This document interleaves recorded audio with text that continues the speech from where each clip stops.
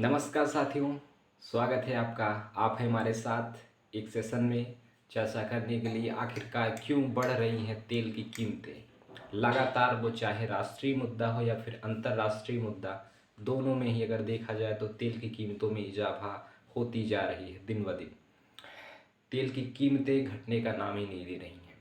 तो साथियों, इसके पीछे रीज़न क्या है, क्यों बढ़ रही हैं, क्या भविष्य में और भी बढ़ सकती हैं या कम होंगी, इन सब के बारे में चर्चा करेंगे। आखिरकार क्या है रीज़न, तो साथियों देखते रहिए। तो शुरू करते हैं मित्रों। हुआ ये कि जो भी है आपका तेल की, जैसे आप देख रहे हैं डीजल है, पेट्रोल है, तो अभी धीरे धीरे पैसे कम थे इसके, लेकिन धीरे धीरे बढ़ते चले जा रहे हैं।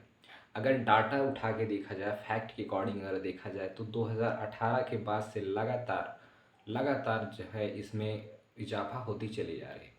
वहीं कोविड के दौरान साथियों ये बात नोट करनी चाहिए कि कोविड के दौरान जब कोविड चला था तो वहाँ पे ट्रांसपोर्ट वगैरह बहुत कम हो गया था। पता ही है सबको, लॉकडाउन लग गया था। जब लॉकडाउन लग गया साथियों तो उसमें हुआ ये कि काफ़ी जो तेल की डिमांड थी वो काफ़ी कम हो गई। काफ़ी कम हो जाने के मतलब से ये ऐसा हुआ कि अचानक से डिमांड कम हो गई, तो फिर डिमांड कम हो जाने से तो प्राइस भी कम हो जाती है, आपको पता ही है।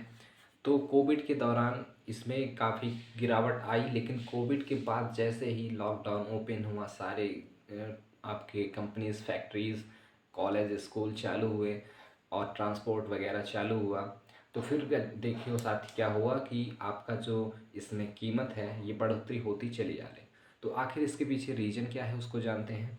रीज़न ये है मित्रों, जो ओपेक है आपका, OPEC that is organisation of petroleum exporting countries. OPEC जिसमें 13 कंट्री हैं।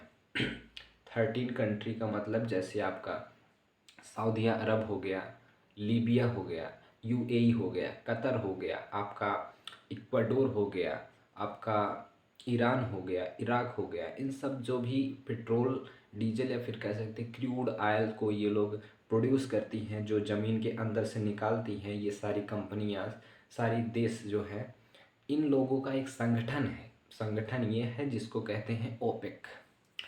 OPEC organisation of petroleum exporting country, जैसा कि मैंने आपको बताया। तो ये लोगों का ये लोग ऐसा डिसाइड किए कि जब हम कोविड के दौरान अपने, कोविड में तो डिमांड नहीं था, तो फिर इन लोगों की बिक्री जो हुई, एक्सपोर्टिंग इन लोग कंट्रीज़ की काफ़ी कम हुई। काफ़ी कम हो जाने से इन लोगों में उतना ज़्यादा कमाई नहीं हो पाई जितना पहले कमाते थे। तो इन लोगों ने अपना एक मीटिंग वगैरह बैठाया। मीटिंग में ये समझौता किए कि इस बार ये लोग कंट्रोल स्थापित कर लेंगे। कंट्रोल, वैसे भी कंट्रोल है भी, तो कंट्रोल स्थापित करने का आशय यहाँ पर ये है कि ये लोग जो एक्सपोर्टिंग है उसको लिमिट में रखेंगे, ज़्यादा एक्सपोर्ट नहीं करेंगे। ज़्यादा एक्सपोर्ट नहीं करेंगे मतलब ये है साथियों कि अगर देखिए, जब डिमांड ज़्यादा है सप्लाई कम है, डिमांड अगर ज़्यादा है सप्लाई कम है तो क्या होती है, प्राइस बढ़ जाती है, आपको भी पता है।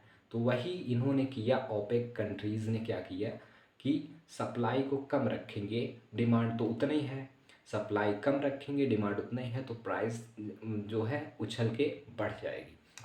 तो साथियों हुआ यही कि इन लोगों ने क्या किया कि जो अपना समझौता है ओपेक कंट्रीज़ का, इन्होंने अपना कंट्रोलिंग जो है एक्सपोर्टिंग पे, एक्सपोर्टिंग कितना करी जाए, तो इस पे इन्होंने कंट्रोल बनाया कि इतना एक्सपोर्ट करना है, इसके बाद नहीं करना है। तो इस वजह से जो तेल की कीमतों में इजाफा देखने को आपको मिल रहा है ये है। तो साथियों हुआ ये कि भविष्य में, अब आते हैं अगर नेक्स्ट पॉइंट पे हम बात करें, भविष्य में इसकी क्या प्राइस बढ़ सकती है या फिर महंगाई और बढ़ सकती है, कैसे कैसे बढ़ सकती है, उन सब स्टेप्स को देखते हुए अगर हम चलें तो जैसे स्टेप में पहला स्टेप ये है, जब आपकी तेल की कीमत बढ़ेगी साथी, तो तेल की कीमत बढ़ने से वहाँ की जो ट्रक जो है 10 किलोमीटर ले जाने के लिए और 100 किलोमीटर ले जाने के लिए चार्ज उनका भी बढ़ेगा।